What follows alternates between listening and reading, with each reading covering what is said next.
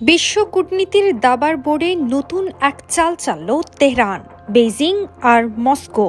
আন্তর্জাতিক আণবিক শক্তি সংস্থার মহাপরিচালক রাফায়েল গ্রোসির কাছে যৌথ চিঠি পাঠিয়েছে ইরান, চীন ও রাশিয়া, যেখানে সরাসরি জানানো হয়েছে জাতিসংঘের প্রস্তাব 2231 এখন সমাপ্ত অধ্যায়। প্রস্তাবটি ছিল সেই আইনি কাঠামো যার উপর ভর করে পশ্চিমা দেশগুলো ইরানের ওপর পারমাণবিক পর্যবেক্ষণ ও চাপ বজায় রেখেছিল।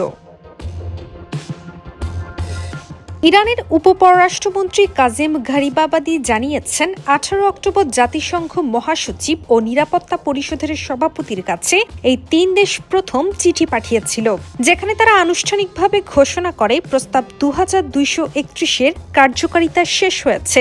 আর আজকের চিঠি যা পাঠানো হয়েছে IAEA মহাপরিচালক গ্রোসির কাছে, সেটি সেই ঘোষণার কূটনৈতিক সম্প্রসারণ। চিঠিতে স্পষ্ট বলা হয়েছে, যুক্তরাজ্য, ফ্রান্স ও জার্মানি যে স্ন্যাপব্যাক মেকানিজম সক্রিয় করেছে তা সম্পূর্ণ অবৈধ, কারণ এই প্রস্তাবের মেয়াদ 2025 সালের 18 অক্টোবর থেকেই কার্যকরভাবে শেষ হয়ে গেছে। অর্থাৎ ইরান আর বাধ্য নয় পশ্চিমা তত্ত্বাবধানে পারমাণবিক কার্যক্রম চালাতে। চিঠিতে আরেকটি গুরুত্বপূর্ণ বিষয় উঠে এসেছে, আর তা হলো IAEA এর পর্যবেক্ষণ ও রিপোর্টিং ব্যবস্থারও সমাপ্তি। ইরান, চীন ও রাশিয়া বলেছে, যেহেতু এই তদারকি ব্যবস্থা তৈরি হয়েছিল প্রস্তাব 2231 এবং 2015 সালের ডিসেম্বরে IAEA গভর্নর্স বোর্ডের রেজলিউশন 14 এর ভিত্তিতে, তাই সেই আইনি কাঠামো শেষ হলে পর্যবেক্ষণও শেষ হবে। অর্থাৎ 18 অক্টোবরের পর থেকে ইরান আর বাধ্য নয় তার পরমাণু কর্মসূচি নিয়ে কোনো অতিরিক্ত তথ্য বা রিপোর্ট জমা দিতে।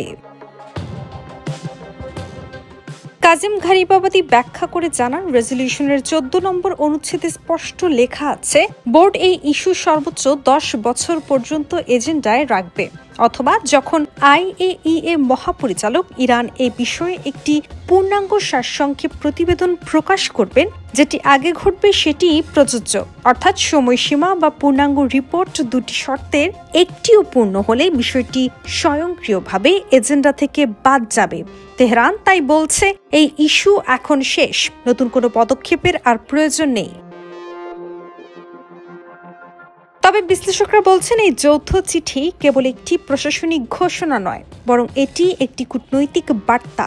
ইরান, চীন ও রাশিয়া একসঙ্গে পশ্চিমা জোটকে জানিয়ে দিচ্ছে এখন তারা তৈরি নতুন আন্তর্জাতিক ভারসাম্যের জন্য, যেখানে পরমাণু নীতি আর শুধুমাত্র ওয়াশিংটনের তদারকিতে নয়, বরং মস্কো, বেইজিং, তেহরানের সমঝোতার আওতায় পরিচালিত হবে। এটা আসলে সেই পরমাণু কূটনীতির যুগের ইতি, যেটা শুরু হয়েছিল 2015 সালের JCPOA চুক্তির মাধ্যমে।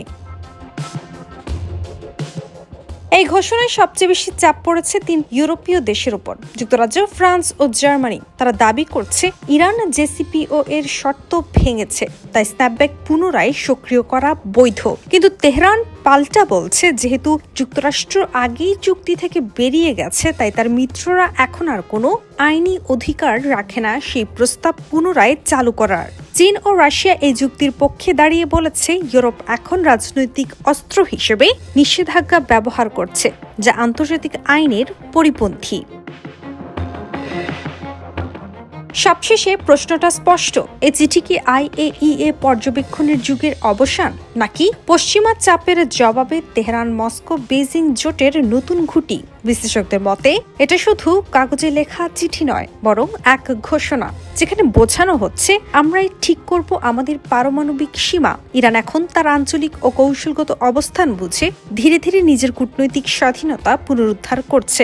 রাশিয়া ও চীনের সমর্থন পেলে ইরান হয়তো আগামী মাসগুলোতে একদম নতুন ধরনের আঞ্চলিক শক্তির ভারসাম্য তৈরি করবে। কিন্তু প্রশ্ন থেকেই যায়, এই নতুন বাস্তবতায় IAEA কতটা নিরপেক্ষ থাকতে পারবে? আর পশ্চিমা জোট তারা কি সত্যি প্রস্তুত এক নতুন পরমাণু যুগের জন্য?